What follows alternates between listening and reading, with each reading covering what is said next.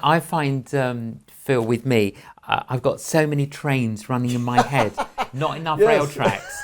So that's my problem. The trains are all right. So how do we discern what's a good idea and what's a God idea? That's a great question. And well, first of all, I would say is we need to understand how to capture the ideas when they come. Part of our problem is when we have a lot of ideas, we always, how many times have you woken up in the middle of the night with a brilliant idea and you think, oh, I'm going to remember that in the morning. And of course, you wake up in the morning and you don't remember. You completely forgot about it. So wherever I go, I have a little pen, some notepads in my back pocket. I've got a couple apps on my iPhone. I want to be able to capture the ideas when they happen. It's so incredibly important. Ideas are the most fragile thing in the world. And if you don't capture them, you'll forget them. I met a guy years ago, and I'll be quick with this, but I met a South African businessman years ago at a Christmas party in Los Angeles. And I have the spiritual gift of asking what everybody else in the room is thinking. So I said, well, he was very wealthy. And I said, well, how did you make your money? He said, well, it's interesting you ask. He said, 7 or 8 years ago, my wife asked me to go shopping with her. And he said, I hate shopping, but I love my wife, so I went shopping with her. He said, we'd shop for about an hour, and I'd had about enough, so I sat on a bench in the mall while she went in to look at dresses.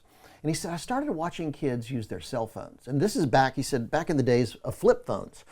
And he said, this idea hit me out of the blue that what if they could download their favorite songs and use those as ringtones on their phone? And he said, nobody had ever thought of that before.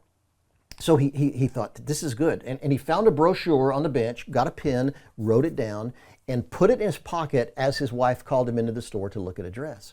He said he walked in the store, completely forgot about the idea. He said 6 months went by. He went to the closet, put on that same jacket, reached in the pocket, found the note, and said, oh, this is good. I got to do something. So he bought the rights to 5 songs, got a computer server set up, and he said 2 years later, he sold that company for $70 million. And he said, I would have completely forgotten about that idea had I not written it down.